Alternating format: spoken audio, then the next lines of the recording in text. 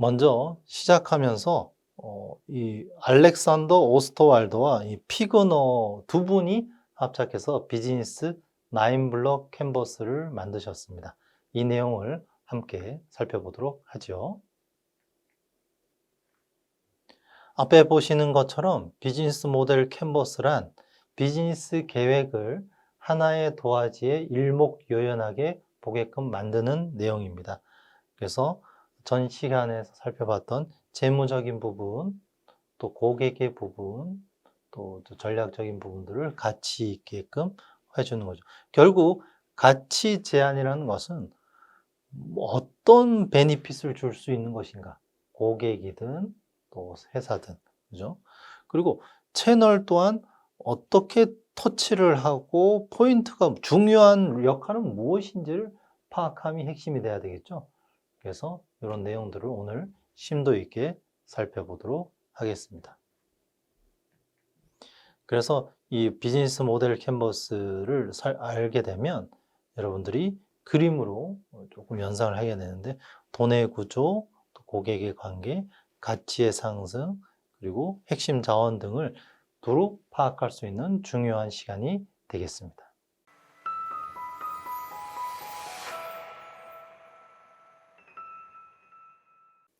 오늘의 학습 내용은 비즈니스 모델 9 캔버스를 각 단계별 상세히 살펴보는 시간이 되겠습니다.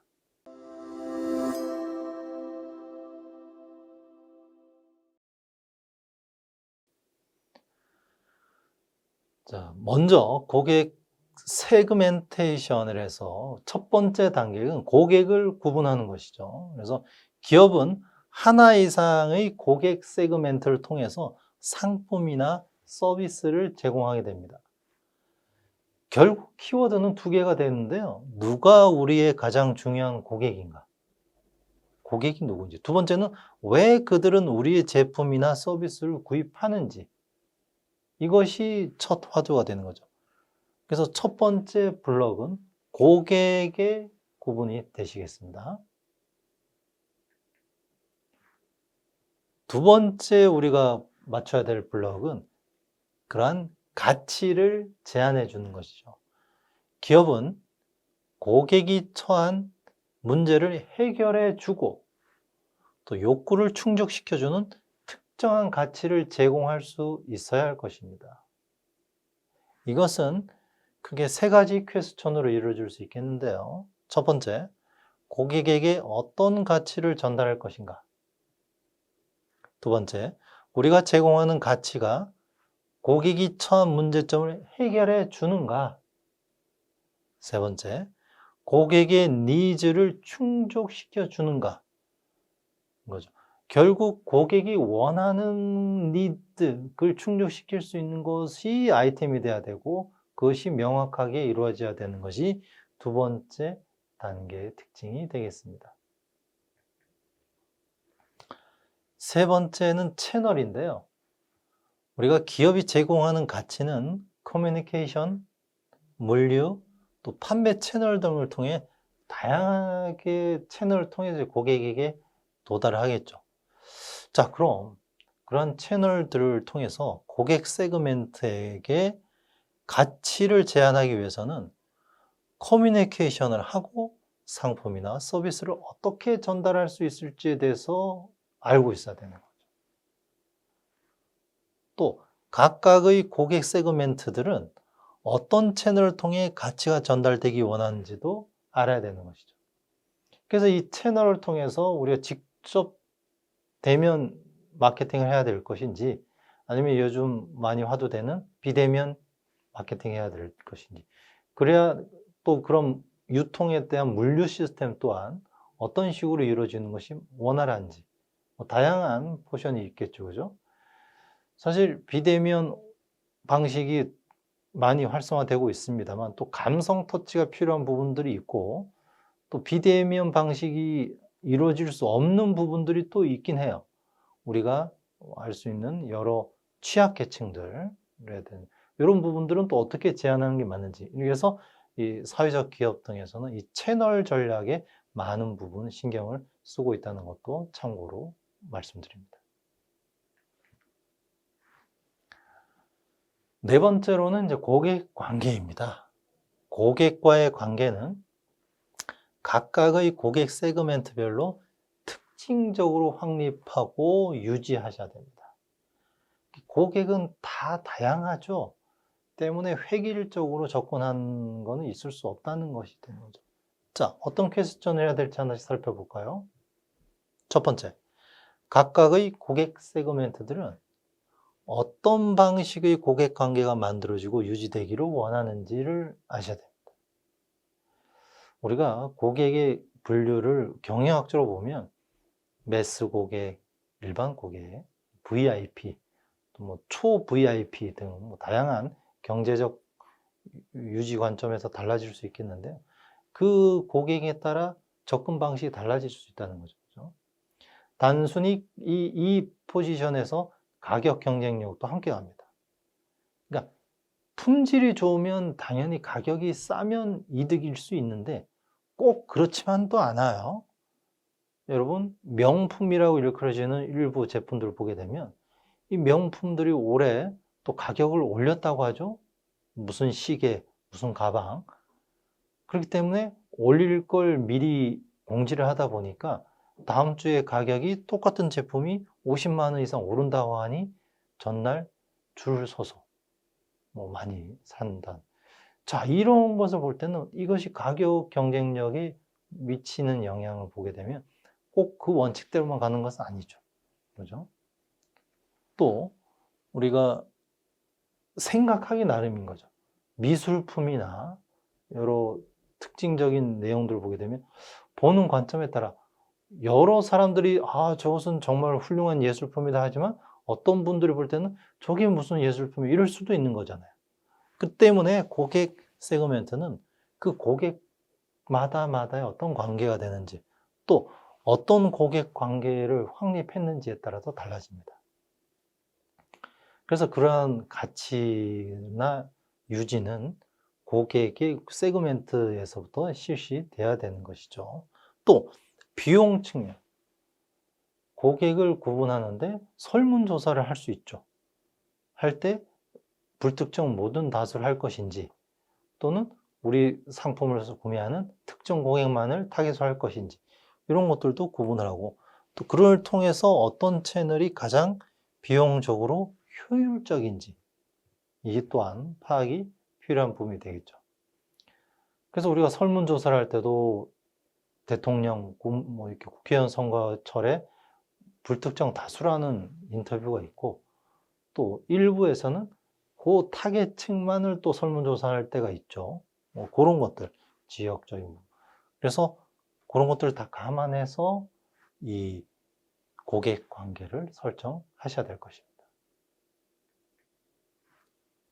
다섯 번째는 수익원을 얘기할 수 있겠죠. 결국 우리가 사업을 하는 것은 수익이 나기 위함일 텐데 기업은 고객들에게 전달하고자 하는 가치를 성공적으로 제공할 시에 수익을 얻게 되는 것이죠.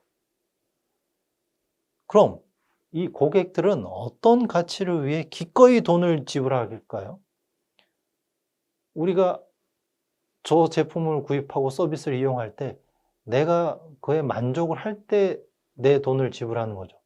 그래서 willingness to pay, 지불 가능 욕구가 있어야 될 것입니다. 두 번째는 고객들은 현재 무엇을 위해 돈을 지불하고 있으며 또 어떻게 지불하고 있는지 지불 방식도 살펴봐야 되겠죠. 실제 생계를 위해서 필요한 제품 구입일 수도 있는 거고 취미 용도일 수도 있을 수 있고 또 지불 또한 현금 방식, 카드 결제 방식 다양할 수 있죠. 그죠? 또 고객은 어떻게 지불하고 싶어 하는지 일시로 지불하고 싶은 사람이 있고 또 이 생활 리듬에 따라 할부 방식을 원하는 사람도 있고 다양하지 않습니까? 또 각각의 수익원은 전체 수익이 얼마나 기여를 하는지도 알아야 되겠죠. 내가 판매하는 금액이 매출은 1억인데 원료가 7천만 원이다. 거기에서 내 인건비를 감안하면 이거 사업은 내 인건비 기본도 하지 않아. 이럴 수 있는 거니까 결국 수익이 되는 것을 살펴봐야 되는 거죠. 그러니까 과도한 수입을 얘기하는 것이 아니라 적정 수입 마진 이상은 가져야 되는 거죠. 그래서 얼마 전 종영된 그 백종원의 골목 식당을 제가 봤던 기억을 말씀드려보면, 백종원 씨가 어떤 식당의 솔루션을 제시할 때, 저 냉면 가게집이 예를 들어 볼까요? 냉면 한 것에 7,000원인데 똑같은 가격으로 판매되는, 잘 팔리는 저 지하철역 앞에 있는 가격집도 7,000원이에요. 근데 솔루션을 간 그 집은 저 이면도로에 있고 아직 초보라서 맛도 높지 않은데 가격은 똑같아. 그럼 누가 오겠느냐, 이렇게 되는 거죠. 그래서 이 원가를 설정해 보라 했더니 원가가 생각보다 많지 않았더라. 그러면 원가 기반으로 가격을 낮출 수 있는 거죠. 그래서 지금 많이 판매되는 그런 식당 대비해서 거기는 지하철역 바로 앞에 임대료도 높은 걸 내면서도 또 맛도 좋고 오래된 경력이니까 7,000원이라면 우리 후발주자는 경쟁력을, 가격을 다운시켜야 그래도 교통이 안 좋은 걸 감안해서 오시고 하겠다. 그래서 5,000원으로 낮추는 이 가격 경쟁력이 생기는 거죠. 이러한 것들이 다 이 수익원과 함께, 대신 가격을 낮췄으니 많이 팔아야 되는 상황이 되죠. 이런 것들. 또 다음 전략을 가져가셔야 되는 거예요. 이런 것들 기억하시기 바랍니다. 7번째 기억해야 될 전략은 핵심 자원입니다. 비즈니스를 원활히 진행하는 데 가장 중요한 그 자산이 필요한 거죠. 핵심 키워드가 무엇인지를 알아야 돼요. 즉, 우리의 가치 제안은 어떤 핵심 자원을 필요로 하는지. 두 번째, 공급 채널을 위한 것인지, 고객 관계를 위한 것인지, 또 수익원을 위한 것인지, 어떤 자원이 필요한지에 각 부분별로 핵심 키워드를 가지고 있어야 되는 거죠. 그래서 우리는 그 음식으로 보면 이것을 만드는 레시피라고 하잖아요. 어디 원조 누구 할머니 집 이런 데 보면 이 비법은 딸도 몰라, 며느리도 몰라, 뭐 이런 얘기들 하죠. 그죠? 또 여러분 이 얘기 들어보셨나요? 콜라 만드는 레시피는 뭐 설립자 누구누구만 알고 있다. 초창기에는 그랬겠죠. 그죠? 근데 그런 레시피들은 다 오픈하지 못하는 이유가 바로 이런 것들이죠. 핵심 자원이기 때문에.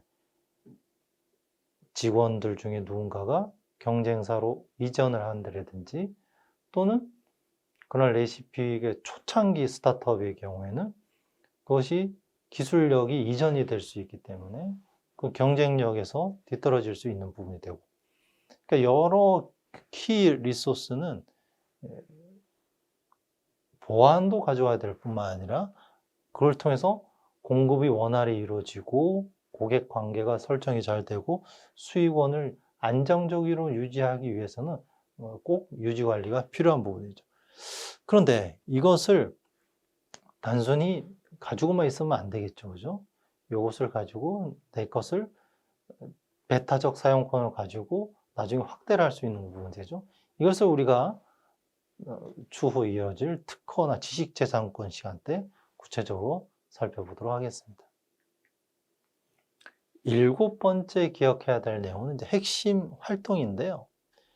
비즈니스를 제대로 영위해 나가기 위해서는 꼭 해야만 하는 중요한 일들이 있죠.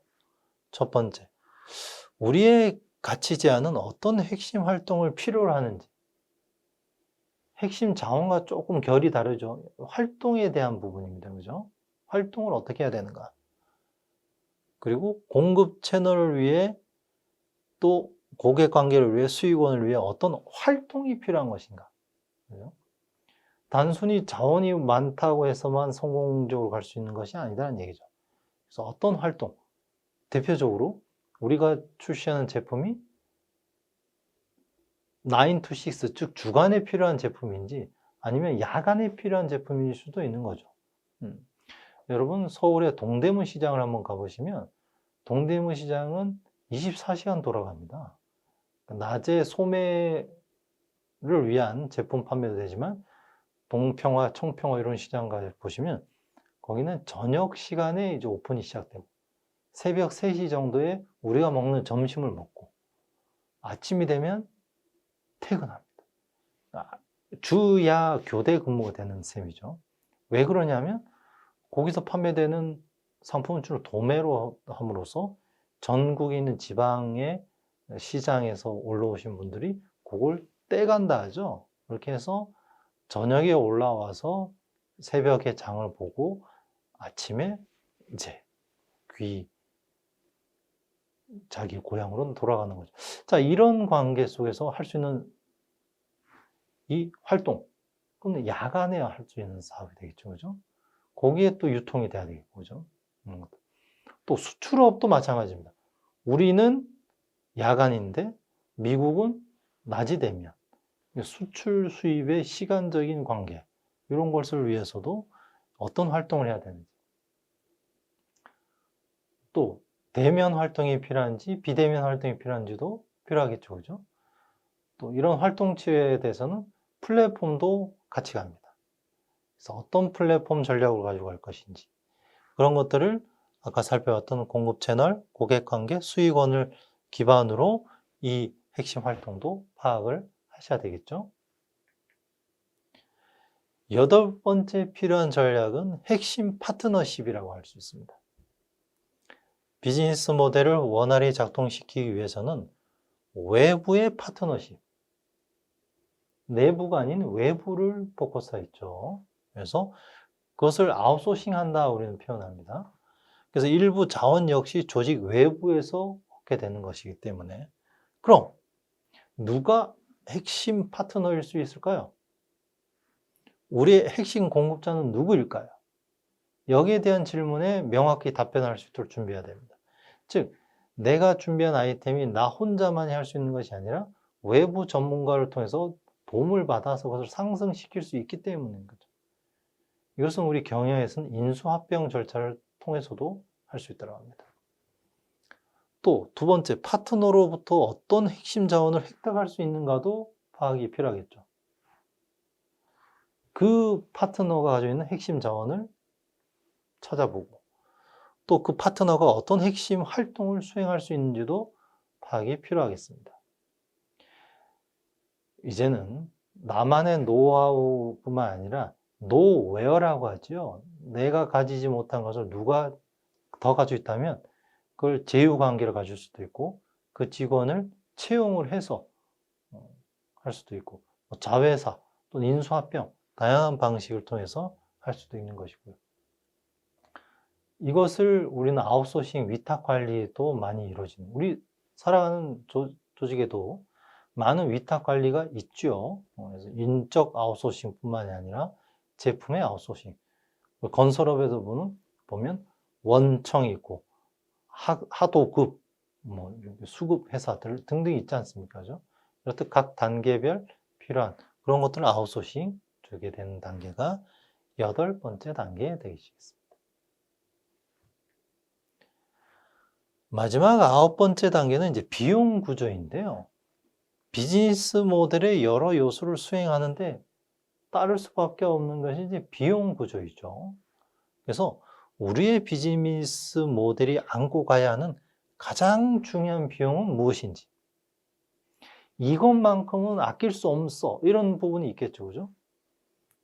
대표적인 게 인건비라든지 또 자원을 가져오는 원재료비 등등은 아낄 수가 없는 부분이죠. 다음, 핵심 자원을 확보하는데 가장 많은 비용이 어느 정도 드는지, 또 핵심 활동을 수행하는 데 가장 많이 드는 비용은 또 무엇인지, 인력을 많이 쓰는 업종이시라면 사람의 인건비와 함께 또 식비 이런 것도 많이 들겠죠. 그죠?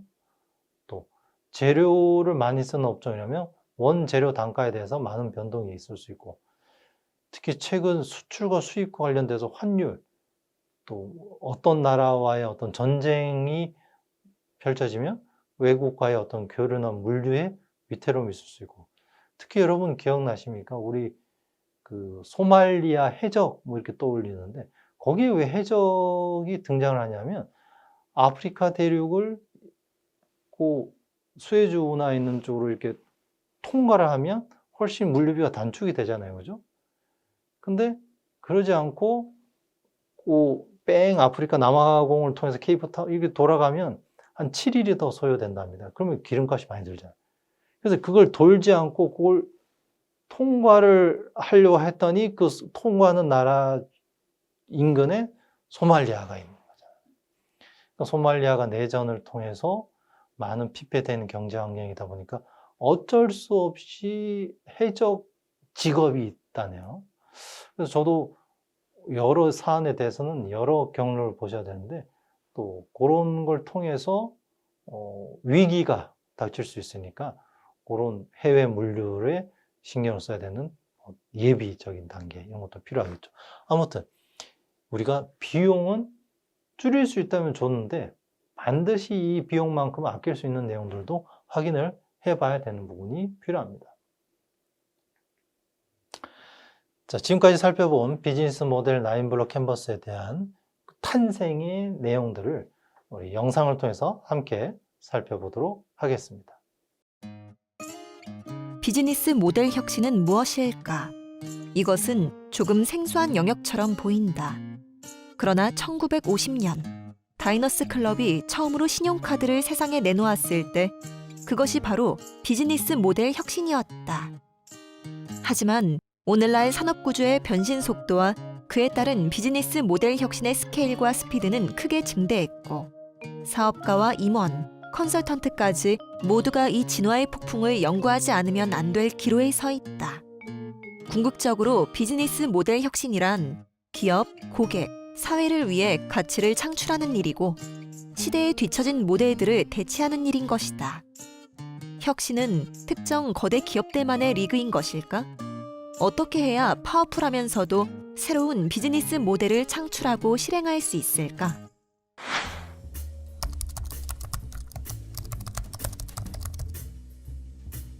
혁신을 위해 가장 먼저 해야 할 것은 과연 비즈니스 모델이 무엇인가에 대한 공통의 이해를 갖는 것이다. 즉, 조직의 모든 구성원들이 그 개념을 정확히 알고 있어야 한다.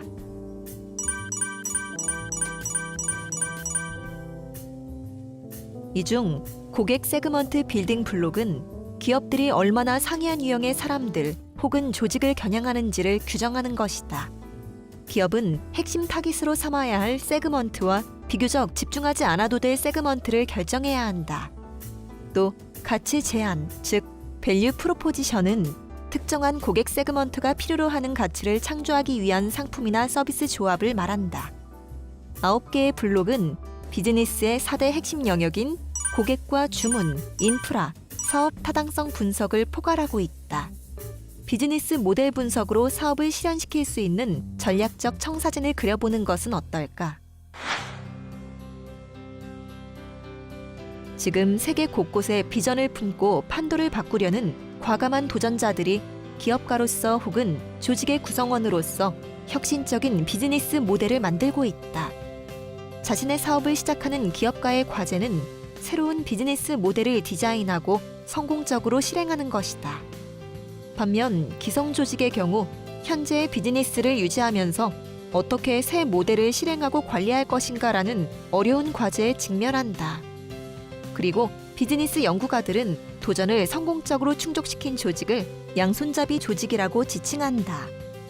역사가 깊은 기업일수록 새로운 비즈니스 모델을 실행하기가 어렵다는 견해가 있는데 오랜 전통이 깊이 뿌리박힌 조직에서는 어떻게 혁신적인 비즈니스 모델을 도입할 수 있을까? 네스프레소는 2008년 약 1천억 달러의 매출을 달성한 세계 최대의 식품업체인 네슬레의 계열사이다. 1976년 당시 네슬레는 네스카페 브랜드로 인스턴트 커피 시장을 지배하고 있었지만 원두커피 부문은 취약했다. 이 격차를 해소하기 위해 에스프레소 전용 커피 머신 그리고 네스프레소 시스템을 설계했지만 매출은 낮았고 고가의 커피 머신 재고만 잔뜩 쌓이게 되었다. 1988년 네슬레는 장폴 게일라드를 네스프레소의 새로운 CEO로 임명했다. 그는 과감한 변혁으로 회사의 비즈니스 모델을 완전히 재정비했다. 먼저 네스프레소는 주 공략 대상을 오피스에서 고소득 가정으로 옮기고 커피 캡슐을 우편으로 직접 판매하기 시작했다. 이런 전략은 전통적인 유통 채널에 집중하던 네슬레로서는 전례가 없는 일이었다. 하지만 이 모델은 성공했고 네스프레소는 35% 이상의 연평균 성장률을 기록했다.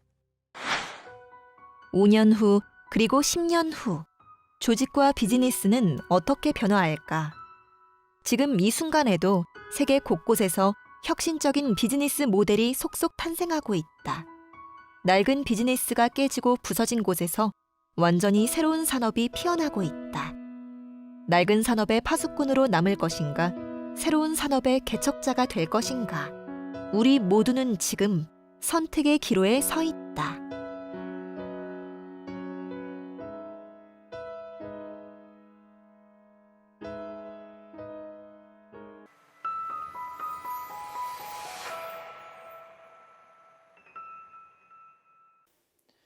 지금까지 살펴본 9블록 캔버스를 요약을 해보았습니다. 결국 이 9개의 블록이 완성이 되면 우리는 유기적으로 연결된 9개의 빌딩 블록 각각을 점검해 볼 수 있겠고요. 이를 통해 현재의 비즈니스를 파악하고 미래의 비즈니스 모델이 어떻게 될지라는 실체가 보여집니다. 결국 이 9블록 캔버스를 명확히 파악하게 되면 어디에 부족한 부분이 있는지를 확인함으로써 어떻게 긍정적으로 변화시킬 내용들을 확인할 수 있는 좋은 비즈니스 모델 개선 요소가 된다고 할 수 있겠습니다.